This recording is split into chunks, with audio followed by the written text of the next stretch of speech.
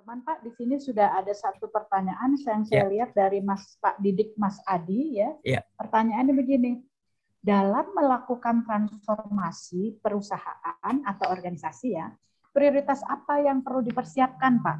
Kemudian peran apa yang kita bisa lakukan sebagai BUD partner? Nah, ini sebenarnya pertanyaannya mendasar sekali, Pak. Monggo, Pak, silakan. Betul. Jadi begini Bapak Ibu sekalian ya, rekan sahabat. Pada saat kita berbicara tentang untuk transformasi, jadi jangan sampai nanti berpikir bahwasanya harus semuanya berbasis teknologi, bukan. Jadi justru yang kita harus klik di awal dulu adalah mindsetnya dulu ya. Transformasi itu seperti apa dari pihak yang top level, kan begitu. Karena balik lagi, pada saat semua dirobotisasi misalnya, semua juga menggunakan artificial intelligence ataupun hal-hal yang berkaitan dengan transformasi ke high technology, itu yang harus kita pikirkan sebenarnya adalah bahwasanya apakah, kan itu yang pertama nih, hal yang kita lakukan bersifat jangka pendek dan jangka panjang atau hanya bersifat jangka pendek, jangka menengah atau jangka panjang, atau hanya bersifat jangka pendek, seperti itu. Pertanyaannya lagi adalah, seberapa kita paham arti dari jangka panjang, jangka menengah, dan jangka pendek. Karena CEO saat ini, untuk strategi pada saat berbicara jangka panjang, dulu bisa mengatakan, oh 5 tahun yang akan datang. Oh iya, 10 tahun yang akan datang. Tapi saat ini, oh I'm so sorry Karno, kan itu.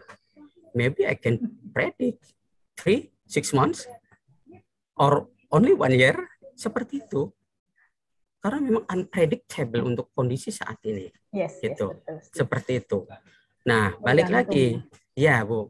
Dan ini saya tekankan ke teman semuanya bahwasanya semua yang di lapangan itu adalah strategic partner kita. Ya. Jadi orang sales marketing, orang produksi, ya kan, karyawan-karyawan kita itulah strategic partner kita.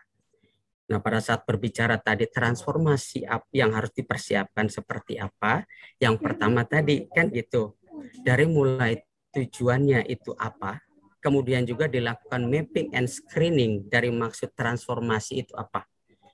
Yang pertama, apakah di sumber daya manusianya dulu, kan begitu. Apakah sumber daya yang bersifat tools, equipment, atau manufaktur dulu, gitu loh. Nah, ini bedakan lagi. Kalau kita berbicara yang perusahaan padat karya dengan perusahaan yang fintech ataupun perusahaan jasa, jelas berbeda. Makanya saya tidak mengambil jawaban yang general seperti itu. Karena nanti berhati-hati, saya khawatir advice saya malah digeneralisasi kan. Nah, ini malah justru impact yang nggak bagus, seperti itu. Kemudian yang selanjutnya adalah berkaitan bahwasanya hal yang terpenting nih Bapak Ibu ya. Jangan sampai nanti kita sebagai strategic partner itu ya justru tidak mendapat dukungan dari top manajemen. Hati-hati di situ. Maaf. Mungkin tahun ini presidennya menyetujui, kan begitu.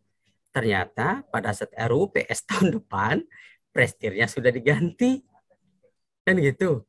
Kita sudah mengeluarkan banyak dana untuk proses transformasi dan harus mandek di tengah jalan, itu yang sangat luar biasa value-nya buat kita. Intinya gitu. Jadi balik lagi tadi, ada dua. Bahwasanya cara pikir dulu, mindset transformation-nya kita itu harus dipastikan dulu.